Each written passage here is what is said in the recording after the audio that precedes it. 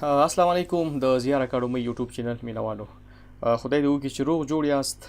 زیم ریاض شاهدزی او د څلورم لیکچر لپاره تاسو په درانه خدمت کې حاضر شوی یم. دوستانو زموږ د درس موضوع نن په کویک بوک کې د وینډر جوړول دي. نو وینډر څوک دی دوستانو؟ وینډر هغه څوک دی د کوم چا نه به چې موږ مال اخلو یا سرویس اخلو. نو دا که په قرض وي او یا هم په نغد وي، خو چې کله د چا نه واخیسته نو موږ به د هغې ریکارډ په کویک بوک کې ځان سره ساتو. اکثره دا لوی کاروبارونه چې کوم دي هغوی لکه د هغوی کاروبار چې کوم دی لکه اکروول بیسیز وي یا په قرضو باندې وي. او که تاسو ته لکه یاد شي موږ په اکاونټینګ کې یو کیش بیسیز اکاونټینګ ویلو او بل اکروول بیسیز اکاونټینګ ویلو. نو کیش خو د نوم نه لکه معلومیږي چې د نغدو کاروبار دی، او اکروول بیسیس چې کوم دی دا لکه په قرض وي. یعنی کوم وخت کې چې تا لکه چا ته مال خرڅ کو یا د چا مال واخیستو، ته به دا هماغه ټایم ریکارډ کوي کوم کې چې هغه ټرانزیکشن تر سره شوی وي په هماغه تاریخ باندې، او پیسې به بیا تا ته مطلب هغه بعد کې درکوي. خو انټري به ته هماغه ټایم کوي په کوم وخت کې چې ستاسو هغه معامله تر سره شوي وي. نو اوس به راشو او په کویک بوک کې به وینډر جوړ کړو.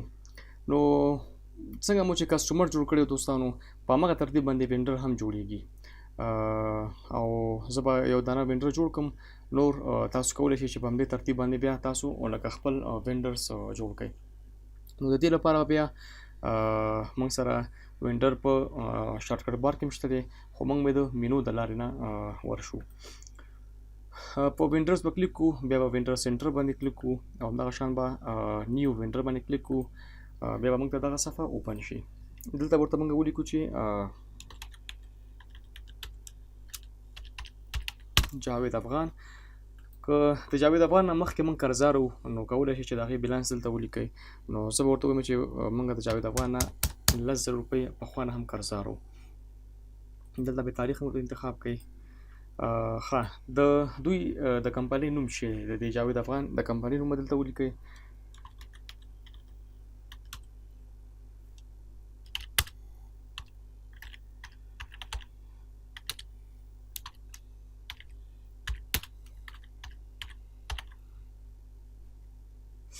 جاوید اینڈ برادرز بک سٹور. نو د ده نوم به ولیکو دلته.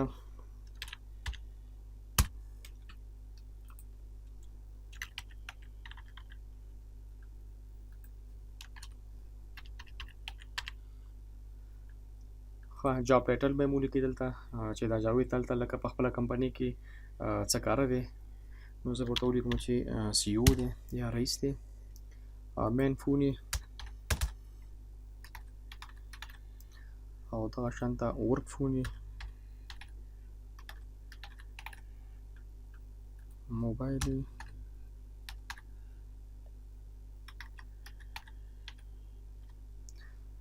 فاکس نمبر یې کوو، فاکس هم تاسو لیکلی شئ. ایمیل اډرس هم دلته ولیکئ.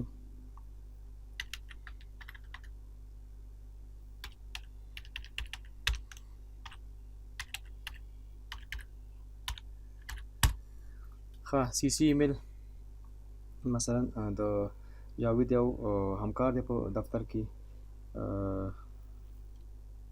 جمشید په نامه باندې.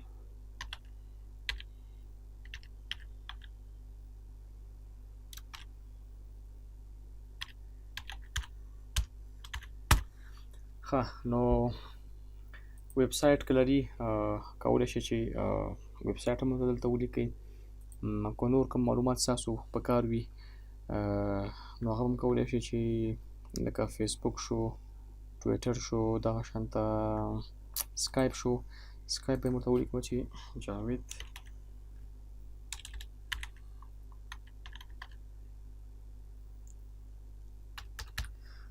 لکه دا سکایپ آی ډي شوه. بیل د اډرس ډیټایل دا هغه اډرس ډیټایل دی په کوم چې د هغه لخوا نه موږ ته بیل راځي، نو په هغې بیل به دغه اډرس وي. یو شی ورته اضافه کړو.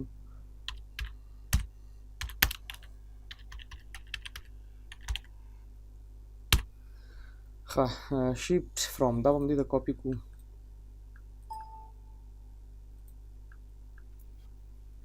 ښه نو دا یې هغه اډرس انفارمیشن شو چې ټول مونږه پوره لکه ورته ډک کړل. اوس به راشو د دې پیمنټ سیټینګ ته. ښه اکاونټ نمبر چې کوم درکړي تاسو ته د بانک اکاونټ کولی شئ چې هغه دلته ولیکئ. پیمنټ ټرمز په کسټمر کې کوم یاد شي مونږه لکه خپل کسټمر سره ټرمز کړیو، اوس به هغه مونږ سره دا ټرمز کوي چې یعنی تاسو به مونږ ته په څه ترتیب پیسې راکوئ. راته وایي که چېرته تاسو ماته په 10 ورځو کې لکه پیمنټ وکړو، لکه 10 ورځې وخت یې راکړي او راته ویل چې 10 ورځو کې راته پیمنټ وکړو نو زه به تاسو ته 1% ډسکاونټ درکوم. یا یې راته ویلي دي چې تاسو که چېرته 10 ورځې وي او تاسو ماته په 15 ورځو کې پیمنټ وکړو نو زه به تاسو ته 10% ډسکاونټ درکوم. نو دا موږ په کسټمر کې مویلو دا ټرمز دي. نو دې کې چې تاسو هر یو لکه انتخاب کړ په همغې ترتیب به تاسو بیا هغه سره مخکې ځئ.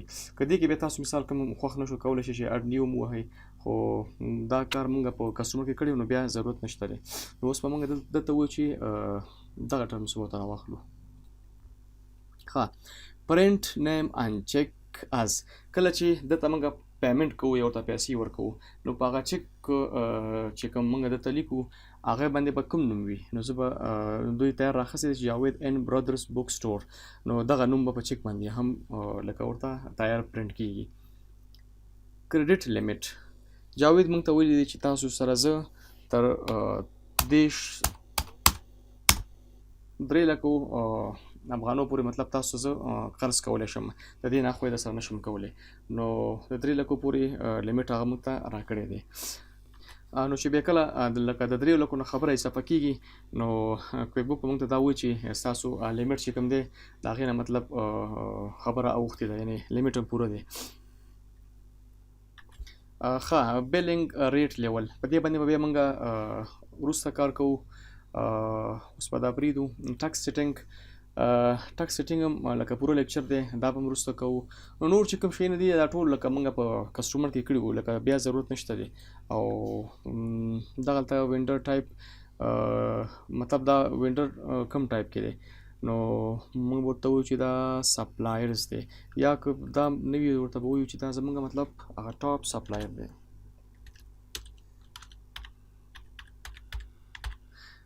ټاپ سپلایر ښه اوکې به یې کړو او بس دلته به خپله موږ سره هغه ټاپ سپلایر کړی شي، مطلب دا زموږ ټاپ سپلایر دی، موږ لکه ده نه ډېر مال اخلو. ډیفاینډ فیلډ دا خو موږ په دغه کې مو ویلو، په کسټمر کې مو ویلو چې کوم فیلډونه چې مطلب دلته نو یا کوم شیان چې دلته په دې لیستونو کې موږ سره نو او زموږ ته ضرورت دی نو موږ کولی شو هغه موږ کسټوم یا مینوالي ځان ته دلته په خپله جوړ کړو. نو موږ یو دانه جوړ کړو. اوس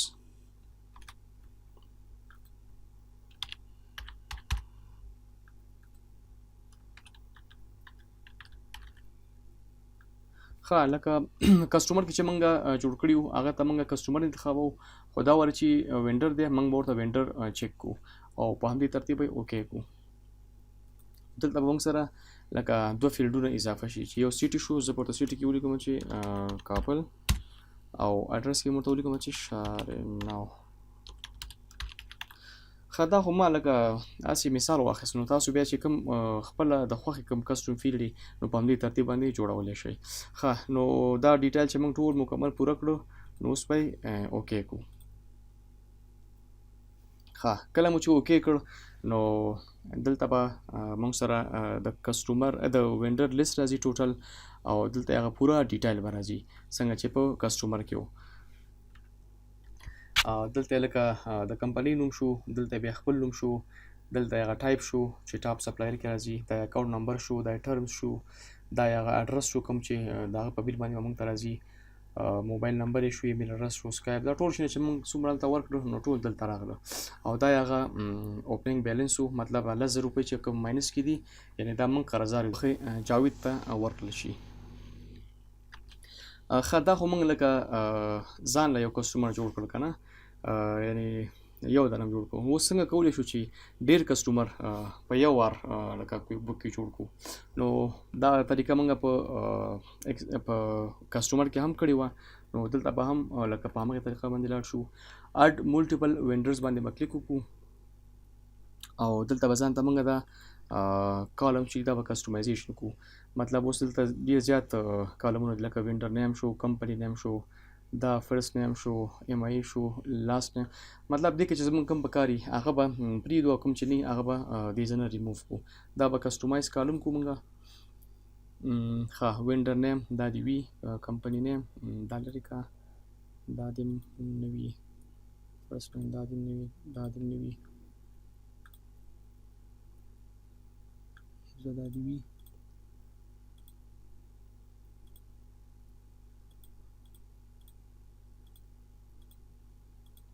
ښه وینډر بیلنس دا به م راواخلو دلته اډ به یې کړو او بیا به ورته ووایو چې دا ټاپ کې کړه ښه نو دا به اوکې کړو اوس به موږ سره دلته وینډر نیم شو هغه مین فون یې شو وینډر بیلنس به شي او اډرس به شي نو ما سره دلته په ایکسل کې یو لیست دی هماغه به دلته کاپي او ایکسپورټ امپورټ به یې کړو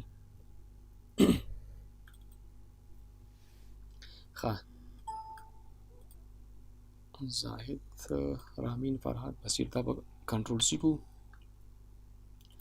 او کویک بوک کې به دلته پیسټ کو دغه شان به اوس موبایل نمبر یې راواخلو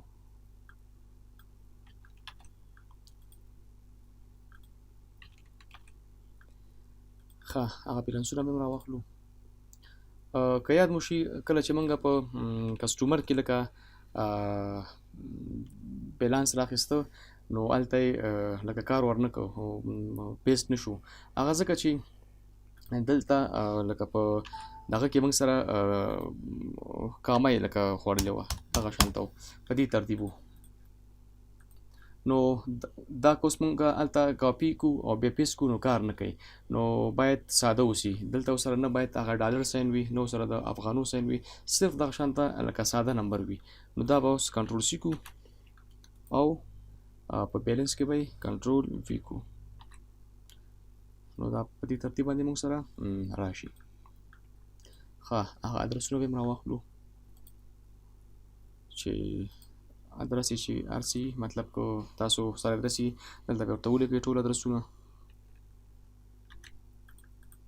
او بیا به یې سیف چینجز کوي نو موږ سره څلور وینډرز چې دي دا موږ سره جوړ شو دا به اوکې کو او دا به کلوز کړو دې ځای نه نو دا څلور وینډر موږ سره جوړ شو لکه ملټیپل وینډر موږ سره جوړ شو دغې ځای نه ښه نو بس په دې ترتیب تاسو کولی شئ چې نور وینډرز هم جوړ کړئ ښه دوستانو دا وه زموږ د نن ورځې لیکچر که چېرته تاسو کومه پوښتنه لرئ او یا هم کوم نظر لرئ نو کولی شئ چې موږ ته یې په کومنټ کې پرېږدئ تر بل لیکچره د خدای